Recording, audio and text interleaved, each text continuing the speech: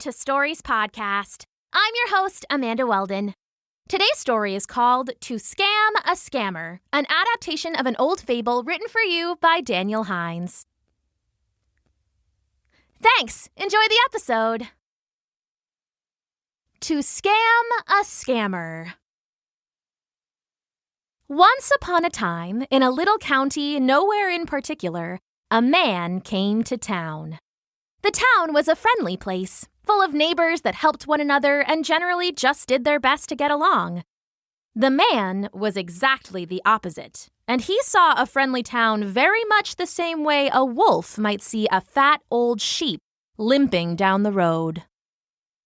His friends, what few he had, called him Slip for his ability to get in and out of a town, escaping with a small fortune in his bags.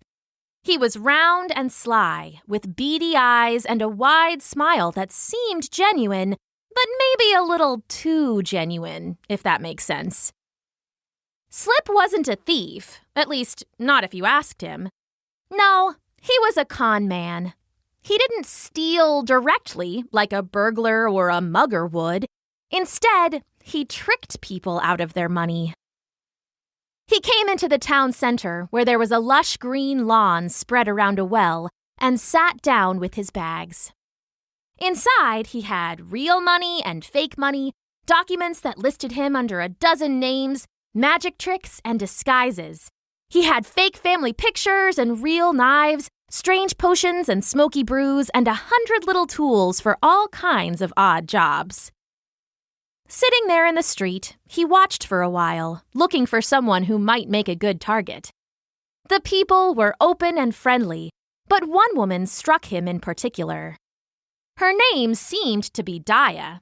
She was bustling about, happy and chatting with everyone, and she seemed very generous.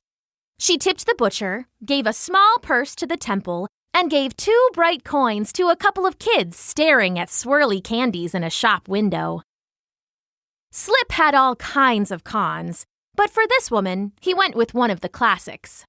Seeing Daya coming down the road, he switched his good coat for a shabby one, smeared some dirt around his hands, and selected a picture from his bag. Then, he sank down on the side of the road and buried his head in his hands. And as he planned, Daya couldn't help but stop when she walked by him. "Hello there," she said to the man, who looked sad and desperate, head hanging low. "Is everything okay?" "Oh, don't worry about me, ma'am," Slip said. "I'll figure out my own problems. No reason both of us should be so troubled." He sniffled back a fake tear. He was an excellent actor. "Well, that's just not how I was raised," Daya said. "So why don't you tell me what's going on?" Slip handed her the photo he held in his shaky hands.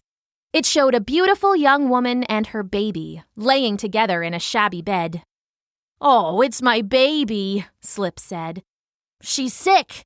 I came here for work, but there's no jobs for a poor man like me. I just needed to make $100 to get her the medicine she needs. And if I don't..."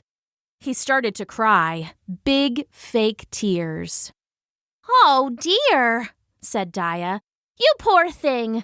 What kind of medicine is it that you need?" "Oh, the doctor in my town has some. It's something expensive from the city, you know how it is. I can't bear to go home without it. I've let down my family. I'm worthless." Daya looked again at the picture of the sweet mother and child and felt her heart break. She didn't know that Slip had stolen the picture from the woman's actual husband 3 towns back. "Well, here," she said, digging in her purse. "You take this and you go back and you get your daughter the medicine she needs." Daya pulled out a $100 bill and pushed it towards the man. Slip smiled inside, but outside he shook his head. "Oh, no, I can't take your money. I'll figure something out. Maybe I can sell my kidney. Are there any good surgeons here in town?" "What? No," said Daya. "I insist. You seem like such a sweet father. You take this money and you go home to your girls and you make sure that baby gets better." Slip looked up and smiled, tears still staining his cheeks. Oh, bless you. You're an angel. I'm gonna go and get a train ticket home right away. He gave Dia a quick hug and then dashed off towards the train station. Just a couple hours in town and he was already $100 richer. This little town had never been lied to before, and Slip thought he could probably get another few scores before he had to slip town. A few hours and a few small cons later, he got his next big score. He saw a man getting off a train and struggling with his watch. The clasp appeared to be broken, but the man's suit and tie looked expensive, and Slip had just the scam ready. In a flash, he had put back on his good coat and spread a small black blanket in front of him. He laid out a bunch of small tools and quickly wrote, "Clockmaker and watch repair," on one of his many blank signs. Well, hello, good sir, he called to the man with the broken watch band. I see you're having some trouble there. Can I help you out? The suit looked at him skeptically. You do watch repairs here? Of course. My name's Professor Winscott. And you? Jerome, said the man, still skeptical. Well, Jerome, I'm a small business owner just trying to get my name out there.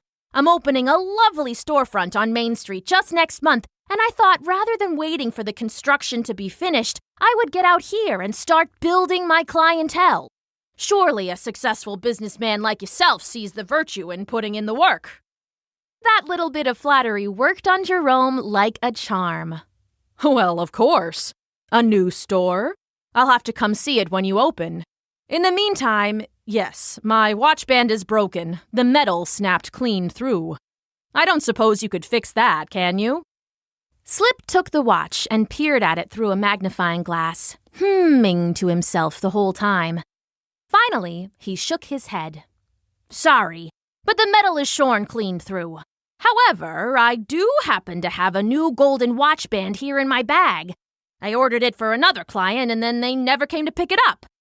He dug in one of his bags, pushing aside the fake money and fake diamonds until he came upon a small stash of fake gold watches. Without letting Jerome see, he unfastened the band and then pulled it out of the bag. Aha! Here it is, he said. Unfortunately, it's already opened because I fitted it onto the client's watch. I can't sell it as new anymore, but what's bad for me is good for you. This band is gold and usually sells for, Slip paused to mentally evaluate the man. He had a well-trained conman's eye and could guess what a person could afford just by a quick look.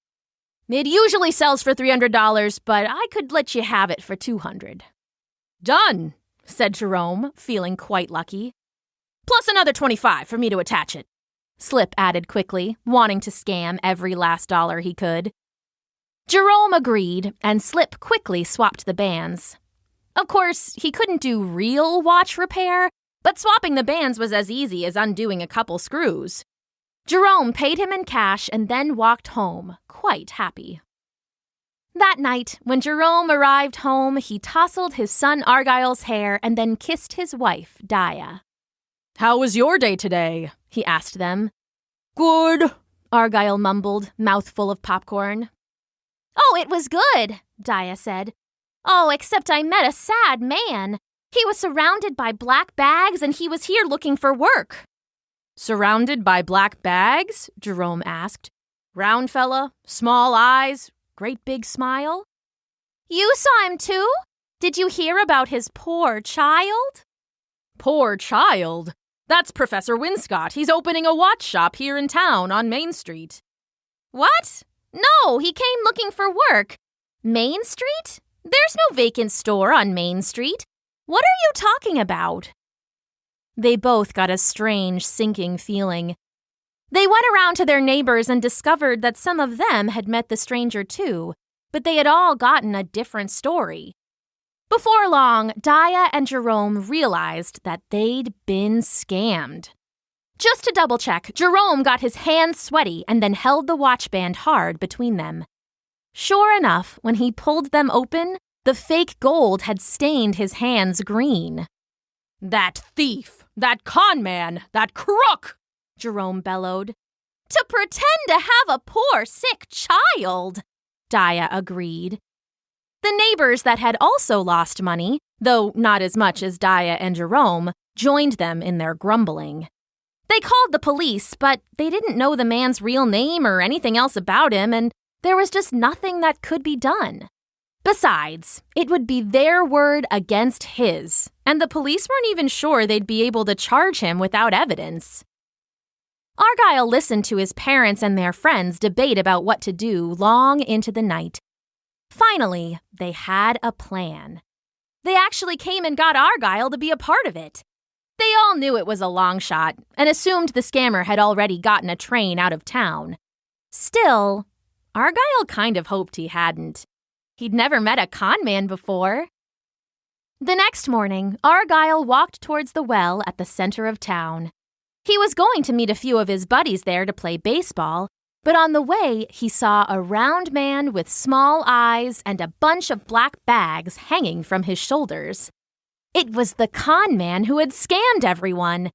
He must have mentioned the train station as a way to throw people off because he was still there. They could do the plan. Argyle's heart hammered in his chest. He knew what he was supposed to do, and he just had to hope it would work. From his bag, he pulled out a long rope, frayed and broken at one end. He threw it into the well and then put on the saddest face he could muster. Eventually, the con man passed close by, and Argyle called out to him. "Hey, mister," he said. "Do you know how to swim? I really need some help. My dad is gonna be so mad."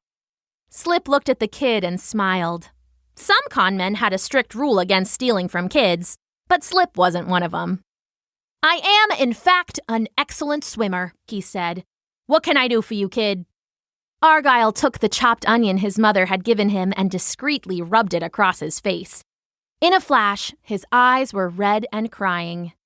"Well, I wanted to surprise my dad, so I took his good silver mug to fill with water, but I guess the rope I used was old because once the mug was full, the rope snapped. The mug is huge and pure silver, and it's the most valuable thing we own. He's gonna be so mad I lost it." Slip couldn't believe his luck. This snot-nosed brat had lost a treasure and told Slip exactly how to get it. "I can help you," said Slip. "I'll climb right down and fish it out for you. And keep it for myself," he added silently. "Gee, thanks," Argyle said. "No problem, kiddo," said Slip. "Just watch my bags." The con man stripped down to his shorts and grabbed the main rope that was attached to the bucket of the well. He slid down it like a fire pole and splashed into the chilly water at the bottom. "I'll be back in a jiff," he called up the well. "We'll get that mug back in no time." Slip dove beneath the surface and looked around. He didn't see any hint of a silver mug. If it had just dropped, it should still be under there, resting on the bottom. With a splash, he came back to the surface, just in time to see the rope he had climbed down disappear out of the well.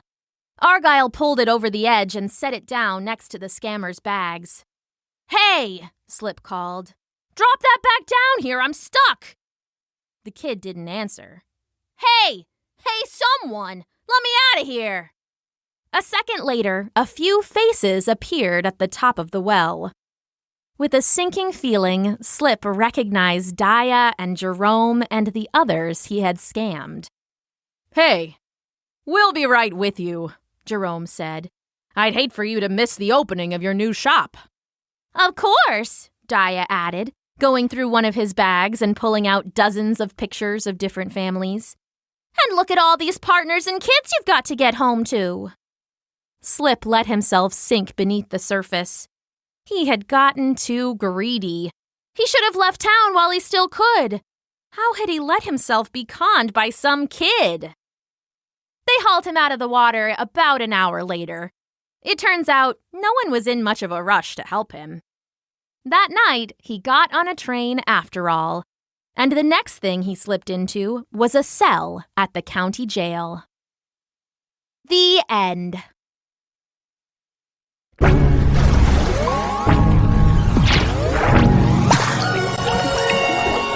Thanks for listening!